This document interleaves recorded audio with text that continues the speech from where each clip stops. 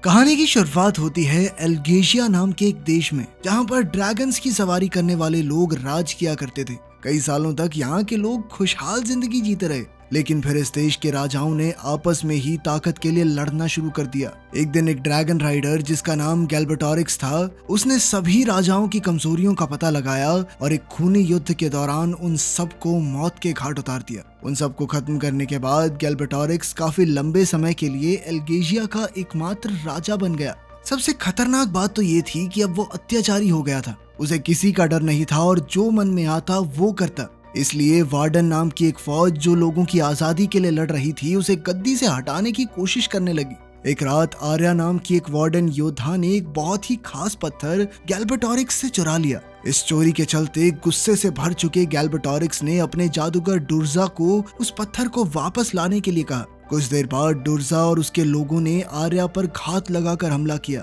जल्द ही उन्होंने आर्या के साथ मौजूद 2 वार्डन योद्धाओं को मार गिराया और मौका मिलते ही आर्या को उसके घोड़े से भी गिरा दिया। आर्या ने बच निकलने की बहुत कोशिश की, लेकिन दुर्जा ने अपनी जादुई ताकत से उसे घेर लिया और पत्थर लौटाने को कहा। आर्या ने उस पत्थर को लौटाने से साफ सीधे तौर पर इनकार कर दिया और अपनी जादुई शक्ति से पत्थर को कहीं और ही भेज दिया। दुर्जा ने आर्या से जानकारी हासिल करने की कोशिश की कि आखिर उसने पत्थर को कहाँ भेजा है, लेकिन आर्या ने उसे कुछ नहीं बताया, उल्टा उसकी हार पर हंसने लगी। उसी वक्त एक नौजवान लड़का जिसका नाम एरागॉन है, जंगल में एक हिरन का शिकार करने की कोशिश कर रहा था। अचानक से वो पत्थर उसके सामने प्रकट हुआ। उस चमकदार पत्थर को देखते हुए एरागॉन ने सोचा कि उसे अपने पास ही रख लेना चाहिए। इसी दौरान एरागॉन उस पत्थर के बदले में थोड़ा गोश्त लेने कसाई के पास गया। कसाई उस पत्थर को देखकर चौंक गया। उसे महसूस हुआ कि ऐसा चमकदार पत्थर तो शायद राजा के पास था, जिसके बाद वो बहुत ज्यादा डर गया। उसने एरागॉन से कहा कि इस पत्थर को वहीं रखा जहाँ से ये मिला था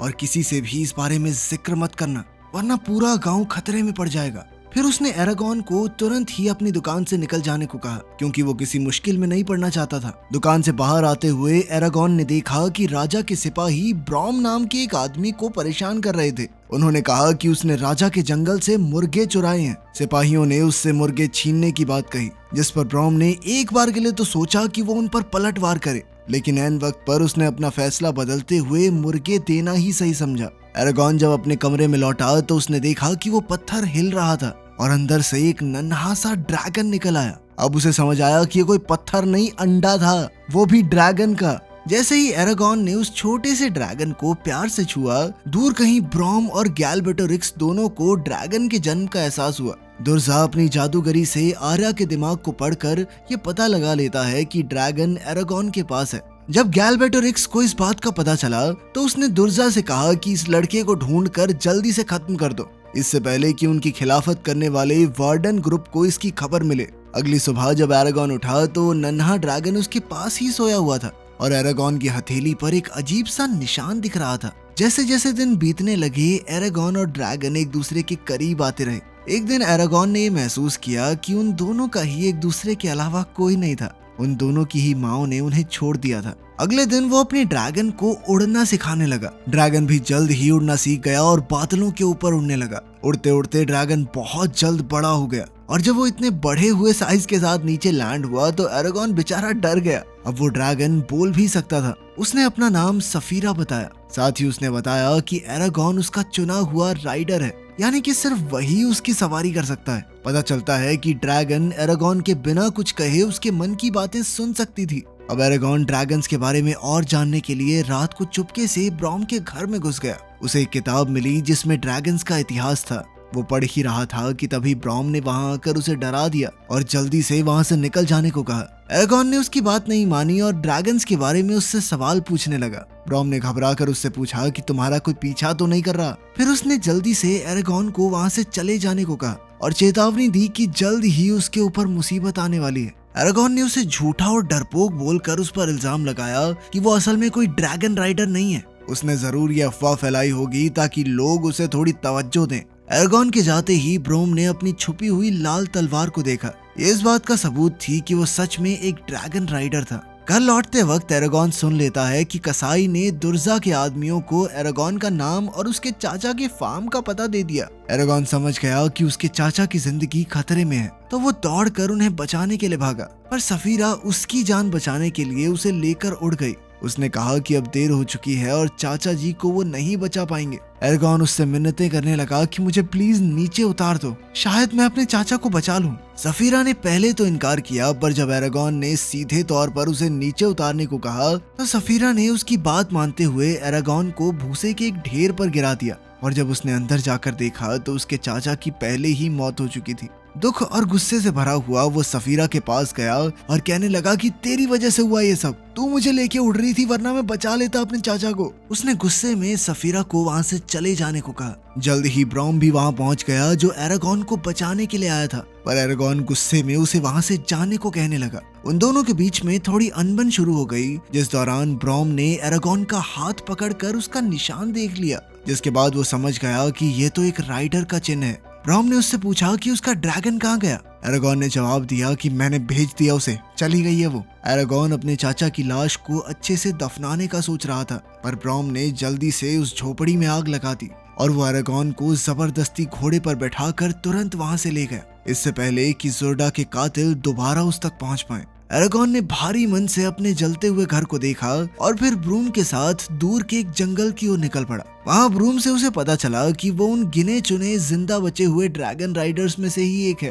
ब्रूम ने एरागॉन को समझाया कि अब वो वार्डन की आखिरी आशा बन चुका है। अगर उन्हें गैल्बेटोरिक्स को हराना है तो उनके पास कम से कम एक ड्रैगन तो होना ही चाहिए, और वो ड्रैगन होगा एरागॉन का। ब्रूम ने एरागॉन से सफीरा को बुलाने को कहा। एरागॉन ने अपने मन में सफीरा को पुकारा और वो तुरंत ही वहां आ गई। पहले तो सफीरा ब्रॉम पर शक कर रही थी, पर जब ब्रॉम ने उसे परख कर उसकी तारीफ की तो सफीरा ने उसका विश्वास कर लिया। एरागॉन अब भी सफीरा पर सवारी नहीं करना चाहता था। वो आज तक यही मानता था कि उनकी गलती की वजह से ही उसके चाचा की मौत हुई। ब्रॉम ने उसे समझाया कि सफीरा ने पूरी दुनिया में उसे चुना है। अगर एक ड्रैगन का चुना हुआ राइडर मर जाए तो ड्रैगन भी मर जाता है, इसीलिए गैल्बेटोरिक्स एरागॉन को मारना चाहता था। ब्रॉम ने अंदाजा लगाया कि अब डुर्जा उर्गल्स को भेजेगा ताकि वो एरागॉन को जल्द से जल्द खत्म कर सके। इसीलिए वो एरागॉन को वार्डन ग्रुप के गुप्त ठिकाने पर ले जा रहा था, जहाँ पर अच्छे से उसकी सुरक्षा की जा सके। सफीरा को दूर भेजने के बाद ब्रॉम और एरागॉन रास्ते पर आगे बढ़ गए।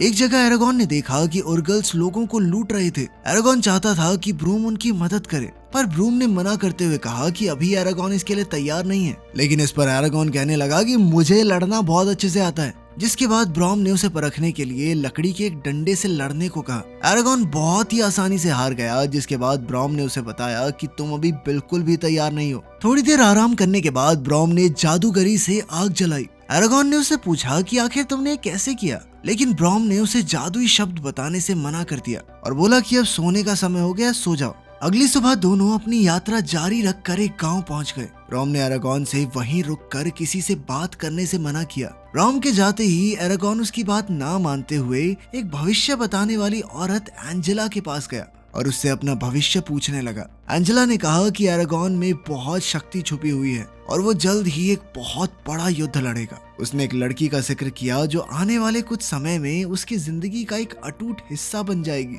एरागॉन टेंट से निकल ही रहा था कि तभी दुर्जा के एक उर्गल ने उस पर हमला कर दिया। खुशकिस्मती से ब्रॉन ने समय पर आकर उसे बचा लिया और फिर उसे डांट कर पूछा कि आखिर उसने उसकी बात क्यों नहीं मानी। अब और उर्गल्स आने लगे और ब्रॉन भी उनसे लड़ने लगा, लेकिन उनका पाला भारी पड़ रहा था। जब वो मरने ही वाले थे तो एरागॉन ने तीर चलाकर ब्रूम को बचा लिया। इसके बाद एरागॉन ने अनजाने में एक जादुई तीर से पूरा पुल ही तोड़ डाला, जिससे सभी उर्गल पानी में डूब गए।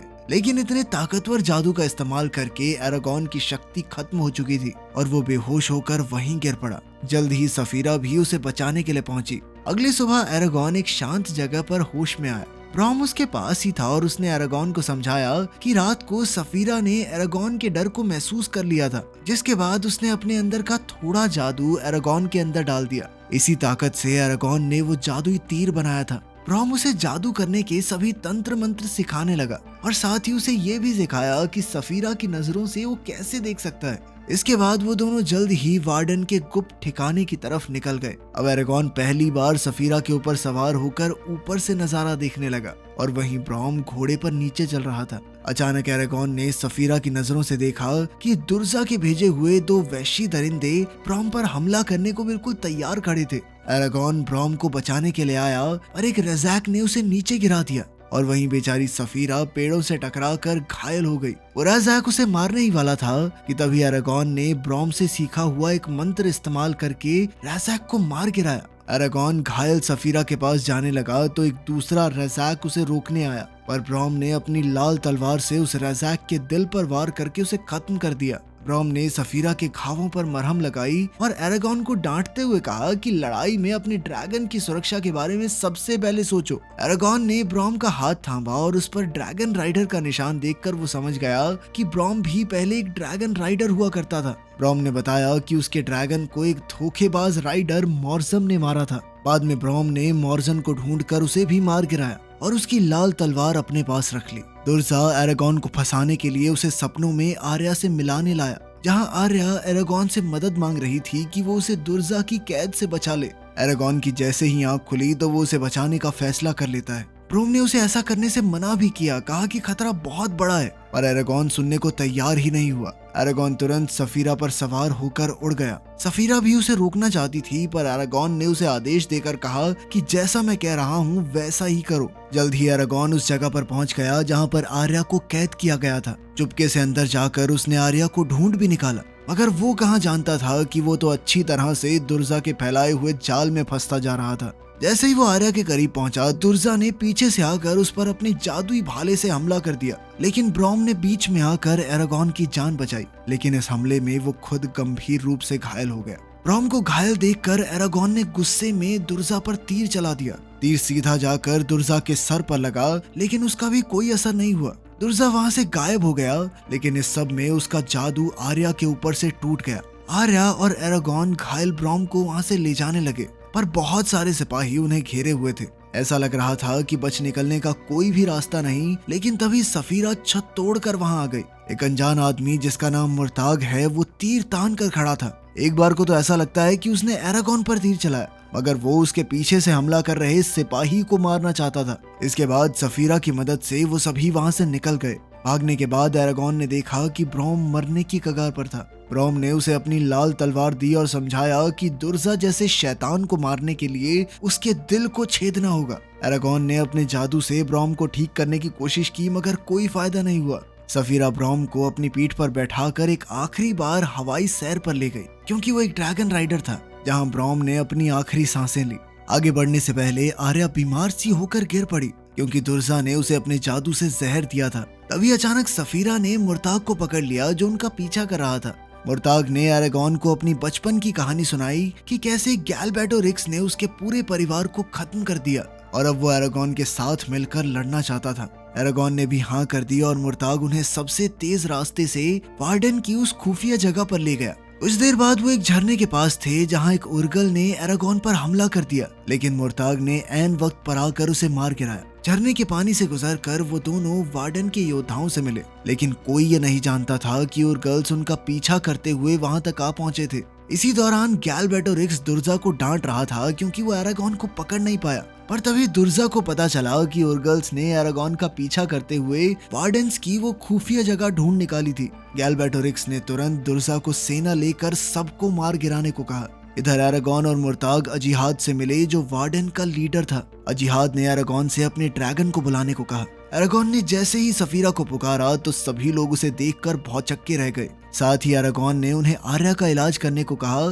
क्योंकि उस पर अभी भी दुर्जा के जहर का असर था। इसी बीच उर्गल्स चुपके से बाहर खड़े गार्ड्स को मारकर अंदर आने लगे। अजिहाद को खबर मिली कि उर्गल्स बहुत जल्द उन पर हमला करेंगे। उसने अंदाजा लगाया कि राजा की सेना भी उर्गल्स के साथ ही होगी। उसने एरागॉन से पूछा कि क्या वो लड़ाई में उनका साथ देगा, जिस पर एरागॉन ने हामी भरी।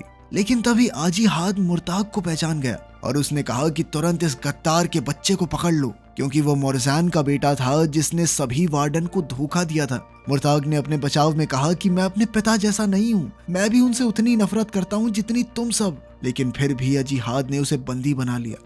अब दुर्जा राजा की पूरी सेना लेकर वहां पहुंच चुका था। दुर्जा ने उनका हौसला बढ़ाकर उन्हें युद्ध के लिए तैयार किया। उधर सभी वार्डन भी लड़ाई के लिए पूरी तरह तैयार थे। अजिहाद ने अरागॉन को उसकी सुरक्षा के लिए आर्मर पहना दिया। आर्या जो पूरी तरह तंदुरुस्त हो चुकी थी अरागॉन के पास आई। उसने अरागॉन से कहा कि भगवान ने उसे इस काम के लिए चुना है, वरना आखिर इतने सालों बाद पैदा हुई वो ड्रैगन उसे ही क्यों चुनती। खैर जल्द ही ओरगल्स दरवाजा तोड़कर अंदर घुस आए। अरागॉन ऊपर एक चट्टान पर खड़ा होकर उसे देख रहा था। उसने तुरंत सफीरा पर सवार होकर उसे आग उगलने को कहा और एक ही पल में युद्ध का पासा उनकी तरफ पलट गया, क्योंकि न जाने कितने सारे ओरगल्स तो जलकर मारे गए। उधर मुर्ताग कैद में चिल्लाने लगा कि कोई मुझे बाहर निकालो, लेकिन तभी एक जलता हुआ ओरगल दरवाजा तोड़कर उसे मारने आया। लेकिन मुर्ताग बड़ी ही आसानी से उसे मारकर युद्ध में शामिल हो गया। तब राजा की सेना भी दुर्जा के साथ आकर ओरगल्स के साथ मिल गई। लेकिन अरागॉन ने फिर से सफीरा को आग उगलने को कहा, जिससे बहुत सारे सैनिक मारे गए। तभी अचानक हमने देखा कि मुर्ताग को राजा के सिपाहियों ने हर तरफ से घेर लिया था। वो उसे मारने ही वाले थे, पर तभी अरागॉन ने बीच में आकर उसे बचा लिया। अब अरागॉन का सामना दुर्जा से हुआ,